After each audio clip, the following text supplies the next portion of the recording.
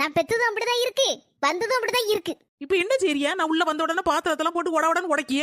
என்ன கோபனாலும் என்கிட்ட காட்ட வேண்டியதுன்னு அதுக்கு ஏன் பாத்திரத்தை போட்டு இப்படி உடைக்கிய? ஏம்மா நீங்க தான் மகாராணி ஆச்சே, எப்ப எழுந்திருச்சு வருவியே, நாங்க காத்திருக்கணும். இங்க ஒரு சம பாத்திரம் கிடக்கணும், அதை விளக்காம இப்படி நாரிவி கிடக்கணும். உங்களை தான் இப்ப என்ன செஞ்சேன்? அவங்களுக்கு வேலைக்கு என்ன பண்ணமா? வேலைக்கு அனுப்பிட்டு வந்து பாத்திரத்தை கழுவேன். அதுக்குள்ள என்ன அவசரம் உங்களுக்கு? ஏம்மா தாயே, நீங்க மெதுவா வருவியே, நாங்க அது வரைக்கும் இந்த பாத்திரத்தை அப்படியே போட்டு வச்சிருக்கணும்.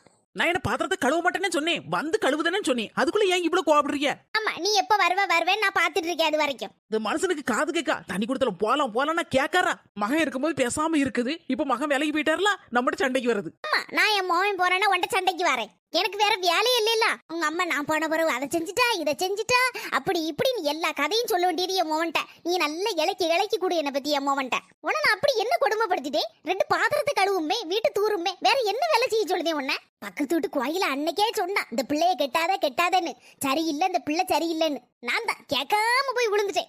என் ஃப்ரெண்டு மாதிரி சொன்னால்வோ, மாமியார் சரியில்லை மூலியே சரியில்லைன்னு. நான் தான் மாப்பிள்ளைக்கு பார்த்த உடனே நல்லா இருக்கார அப்படின்னு சொல்லிட்டு சரின்னு சொல்லிட்டேன். ஆமாம்மா, என் மொழி சரியில்லதா? அப்படி நான் என்ன கொடுமை பண்ணிட்டேன் உன்ன? நான் என்ன கொடுமைக்காரியா? மொபைல் மட்டும் சரியா இருந்தா நீ இந்த பேச்சு பேசுவியா? பேச்ச கேட்டு ஆடுதாம்ல, அதனாலதான் நீ இந்த நிலை நிக்க. எதுக்கு இப்படி கிடந்து கண்ணீர் வடிச்சிட்டு இருக்கியா? உங்களை என்ன சொல்லிவிட்டேன்? ஆமாம்மா, நீ ஒண்ணுமே சொல்லல. இல்ல உங்க மொபைல் வந்தோடனே இப்படி பிரச்சனை நடந்துச்சு அப்படின்னு சொல்லி கூட 2 கண்ணீரை வடிச்சு கடைசியில 2 ஆகணும் இந்த வீட்டை. அதுன்னு உங்களுக்கு பிரச்சனை? வயசான காலத்துல வாங்கிட்டு இதெல்லாம் கேட்கணும்னு என் தலையில எழுதி இருக்கு. என்ன செய்ய? ஒரு வயசு ஓத்துக்காண்டில இதெல்லாம் கேட்க வேண்டி இருக்கு. உங்களை என்ன கொடுமைப்படுத்திட்டேன்னு இப்படி கிடந்து அழுதுட்டு இருக்கிய? என்ன பேசிட்டு இருக்கிய? நான் வந்த உடனே பாத்திரத்தை போட்டு உடச்சது யாரு? நீங்க தானே. சண்டைய ஆரம்பிச்சது நீங்க தானே. உங்களுக்கும் ஒரு மொவ இருக்கதானே செய்தா? அவள உன் மாமியார் இப்படி கிடந்து கேசனா நீங்க பொறுப்பியலா? உடனே போய் கேப்பேல. என் மொவளை எதுக்கு இழுக்க? இப்போ அவன் நல்லா இருக்குது உனக்கு பிடிக்கலையா? இந்த பாரு, உன்கிட்ட நான் பேசிட்டு இருக்கேன். என் மொவளை எதுக்கு தேவையில்லாம எழுதிட்டு இருக்க? நீ அழுது பிரச்சனை பண்ணியே என் மொவ இந்த வீட்டுக்கு வரதே நிறுத்திட்டாள. ஒன்னா சொல்லி கொடுத்து என் மொவளையும் பிரிச்சுட்டிய. 2 பேரும் அக்கா வந்தாமே பேச மாட்டா கவலை. இப்போ ஆமா, நான் தான் உங்க மொவளையும் பிரிச்சேன், அக்கா தம்பியை பிரிச்சு விட்டுட்டேன்.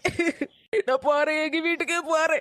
நான் இருக்குது உங்களுக்கு கஷ்டமா இருக்குல்ல, நான் போனதான உங்களுக்கு நிம்மதி. நீங்க உங்க மொவே எல்லாரும் சந்தோஷமா இருக்க. நான் எங்க அம்மா வீட்டுக்கே போறேன்.